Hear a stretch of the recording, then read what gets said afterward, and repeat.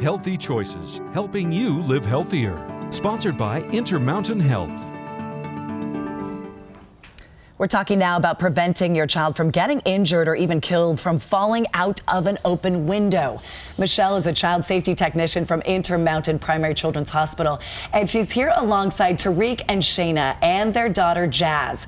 She was injured from a window fall when she was just 3 years old. They are here to share their story in this sponsored interview. Welcome to the show. Thank you all for being here. Hi, Jazz. Now she's 5. Tariq, let's start with you. What happened 2 years ago?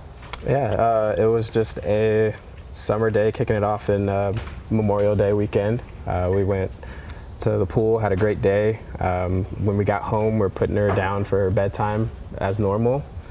We usually crack her window just like a little bit, just so we can have airflow in and everything like that.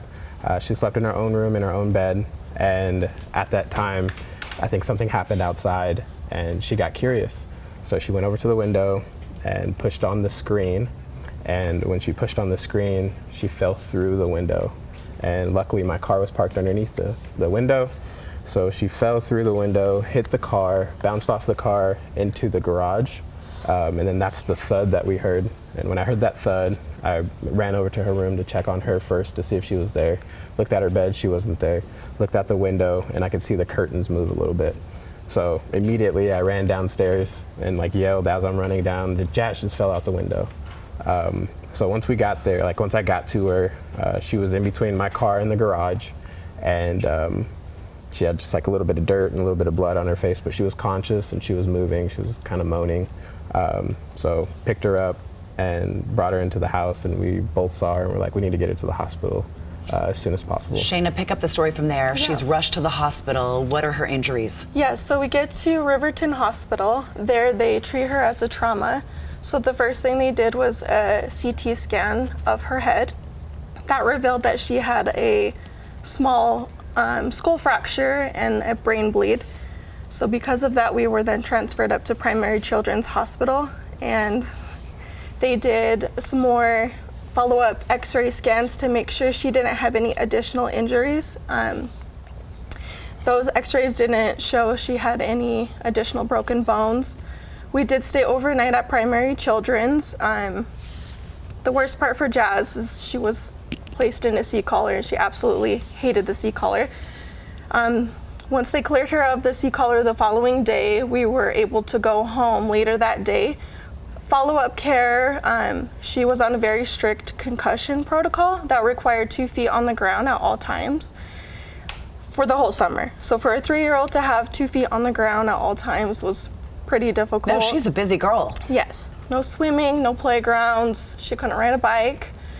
And then she also had to follow up with a speech pathologist to make sure she didn't have any additional brain injuries, that memory loss or any sort of cognitive disabilities, and She did not. and she did not. Jazz, do you remember that fall? Do you remember falling out of that window?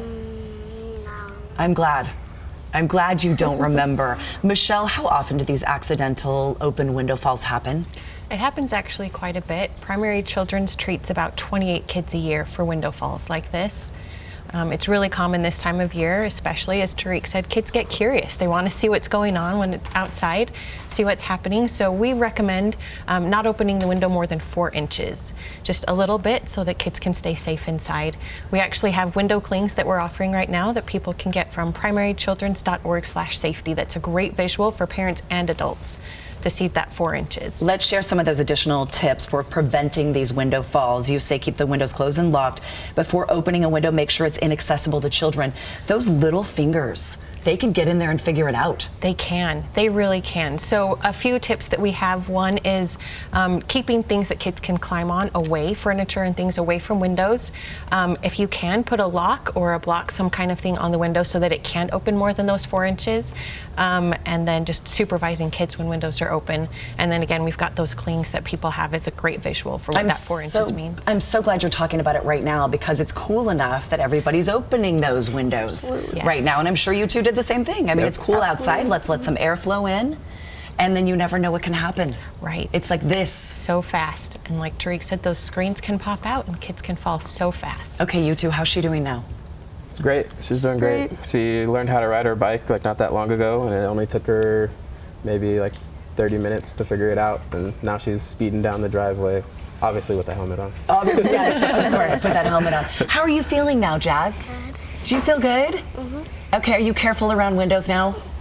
I bet. Mom and Dad just grateful, I'm sure, that Primary Children's is there when you need it too.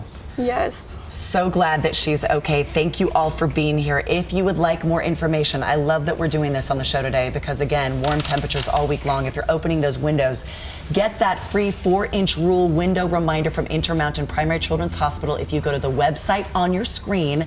Grandparents out there, this is so good for you to have too. abc4.com/GTU for more on this sponsored interview. Our thanks to Intermountain Health for being here today. Thank you all for being here.